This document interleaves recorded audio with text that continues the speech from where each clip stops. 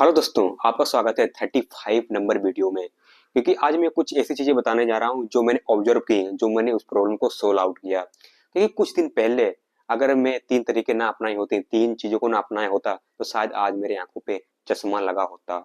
क्योंकि कुछ दिन पहले मेरे आंखों का मतलब साफ दूर का नहीं देख पा रहे थे, यानी कि मुझे दूर का देखने में बहुत प्रॉब्लम होने लगी थी। तभी मैं डॉक्टर के पास जाता हूँ, डॉक्टर से बोलता हूँ कि मुझे दूर का साफ नहीं दिख पा रहा है। तभी डॉक्टर बोलता है कि आपको मायोपिया हो गया है और आपका चश्मा लगेगा। तभी मैं डर गया कि यार इतनी छोटी उम्र में चश्मा लग जाएगा। और मैं डॉक्टर से बोलता हूँ कि डॉक्टर साहब क्या और कोई तरीका नहीं है कि ना चश्मा लगे जिससे और मुझे मेरी आंखें सही हो जाएं। तभी डॉक्टर बोलता है कि आपको चश्मा तो लगेगा, प्लस जो आप काम कर रहे हो स्क्रीन टाइम पे यानी फोन देख रहे हो या कंप्यूटर पे काम कर रहे हो या बुक्स पढ़ रहे हो या पढ़ाई कर रहे हो, तो उसको काम कर रहे हो उसको टाइम पीरियड को कम करना पड़ेगा। अगर आपने टाइम पीरियड को कम नहीं किया तो आपका चश्मे का नंबर बढ़ जाएगा। तो मैं और हैरान हो गया यार कि मैं इतना काम करता हूँ फिर भी मेरा काम कंप्लीट नहीं हो पाता है, कुछ ना कुछ छूट जाता है। अगर मैंने मतलब काम को टाइम देना कम कर दिया तो शायद मेरा काम कभी नहीं हो पाएगा और पेंडिंग हो जाएगा। तभी मैंने सोचा और मैंने स्टडी की, खुद से स्टडी की, तो मैंने पाया 3 थ्योरी पे मैंने काम किया और 3 थ्योरी पे काम किया, मेरी आंखों से चश्मा हट गया।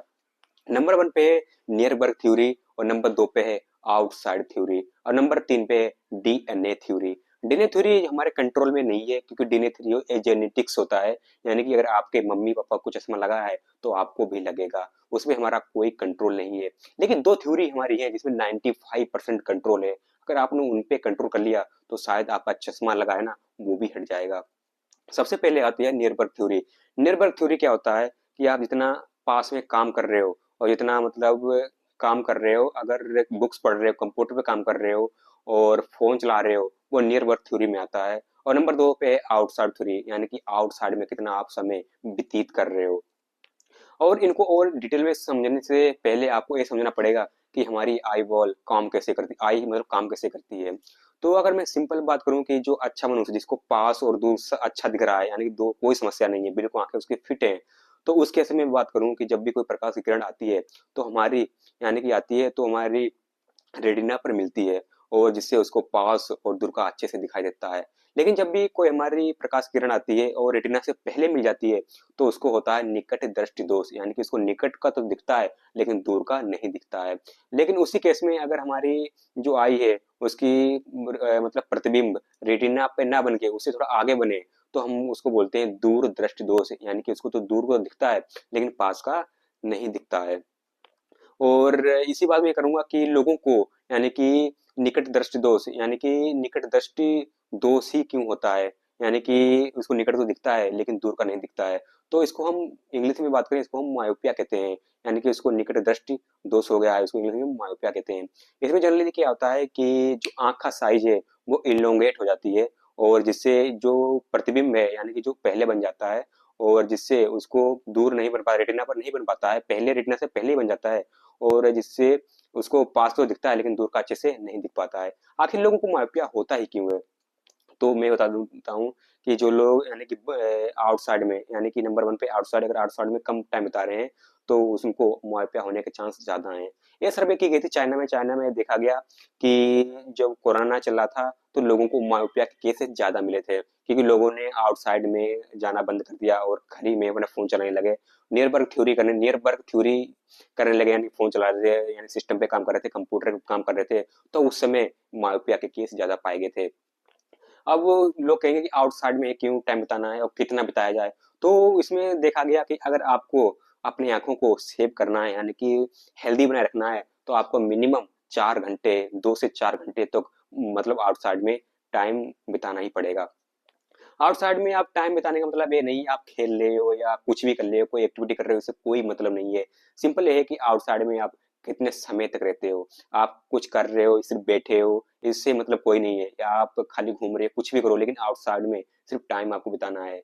घूमो और लेटो या बैठो कुछ भी करो और खेलो कुछ भी करो लेकिन आपको आउटसाइड में टाइम बिताना होगा जिससे आपकी आंखें सेव रहें। आखिर आउटसाइड में ऐसा क्या है जो आंखों को सेव करता है, मतलब बचाता है? तो मैं बता देता हूँ कि जब भी कोई आंखों की रोशनी आंखों पे पड़ती है, मतलब सूर्य के प्रकाश आंखों पे पड़ता है, तो उसमें थोड़ा डोपामिन रिलीज होता है।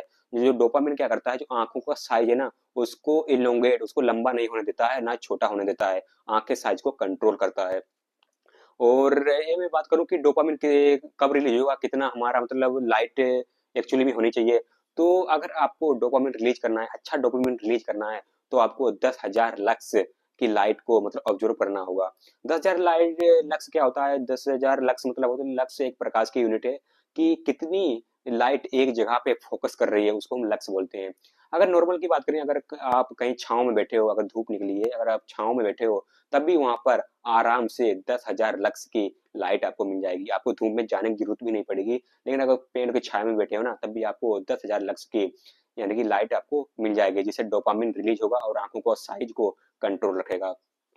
अगर मैं वही बात करूं कि अगर समुद्री किनारे पे जाओगे ना, समुद्रों के पास, तो वहां पे लाइट आपको इनडायरेक्ट डायरेक्ट मिल जाएगी, जिसमें वहां पे लाइट की तीव्रता होती है 1,00,000 लक्स, यानी कि वहां पे तो आपको बहुत सारी लक्स से मतलब लाइट प्राप्त हो जाएगी।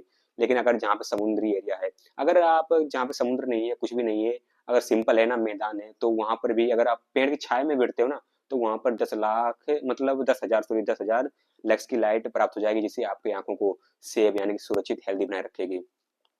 और 10,000 लक्स अगर आप सोच रहे हो कि मेरा तो घर है जो मैदान में बनाया हुआ है, मतलब बना है, और उसके चारों तरफ अलमीरा या खिड़कियां हैं जिससे रोशनी अंदर आ रही है, तो मैं आपको बताना चाहता हूँ कि जो खिड़कियों से रोशनी आती है ना, वो मुश्किल से 1,000 लक्स भी अंदर नहीं आ पाती है, और जिससे आप मतलब अंदर बैठ के अपनी आंखों को प्रोटेक्ट और मतलब हेल्दी नहीं बना सकते हो, आपको बाहर निकलना ही पड़ेगा। तो आपको माइंड में एक क्वेश्चन आता होगा कि क्या हम ये 10,000 लक्स की लाइट क्या एक रूम में लाइट आर्टिफिशियल से लगा सकते हैं? तो ये 10,000 लक्स की लाइट आप लगा सकते हो, बिल्कुल लगा सकते हो। लेकिन एक इसमें एक कंडीशन है कि आप 10,000 लक्स की लाइट जब तक लगाने जाओगे ना, तब तक आपका कमरा इतना हीट करने लगेगा, अपना कमरा बहुत हीट होने लगे, जिससे कमरे में आप रुक भी नहीं पाओगे। तो आर्टिफिशियल तो इम्पॉसिबल है। अगर आपको अपनी आंखों को हेल्दी बनाए रखना है ना, तो आउटसाइड में जाइए, भले पेड़ की छाया के नीचे बैठे 2 से 4 घंटे तक जरूर दीजिए, जिससे आपकी आंखों को मतलब सेब अच्छी हो सके, और चश्मा लगा है वो भी हट जाएगा। मैं गारंटी दिलाता हूँ कि मैंने ये ऑब्जर्व किया है। मेरा चश्मा लगा था, मैंने आउटसाइड में समय बिताना शुरू कर दिया, और नियर वर्क था वो वो भी मैं करता रहा, लेकिन मैंने उसमें 1 ही घंटे कम किया है, बाकी मेरा सेम चल रहा है नियर वर्क। बट मैंने 1 ही घंटा काम किया है, और 1 घंटे मतलब कम किया है, जिससे उससे भी फर्क पड़ा है। लेकिन सबसे ज्यादा फर्क पड़ा है आउटसाइड थ्योरी में, मैं आउटसाइड कितना रहा। इससे हमें ये सीखने को मिला है कि अगर आपको आंखों को हेल्दी बनाए रखना है, तो आपको नियर वर्क थोड़ा यानी कि बहुत 1 घंटे तो कम करना ही पड़ेगा। और ज्यादा आपको ध्यान देने की अगर बात है, तो 90 यानी 100% ध्यान देना है, तो आपको आउटसाइड थ्योरी पे देना है, जिससे आपकी आंखों को हेल्दी हो सके। और अगर आपको चश्मा लगा है, तो प्लीज मेरा ये स्टेप अपनाना, जिससे आपकी आंखों को सेव हो सके। और अगर हो कुछ फायदा हो, तो प्लीज कमेंट जरूर कर देना। ओके बाय, आज के लिए इतना। और जैसा कि आपको पता है कि मेरा लक्ष्य है 10,000 सब्सक्राइबर पूरे करने का, जिससे मैं अपना इक्विपमेंट शो कर पाऊँ, और मैं जल्दी से जल्दी करूंगा और आपको मिलूंगा। Thank you, bye.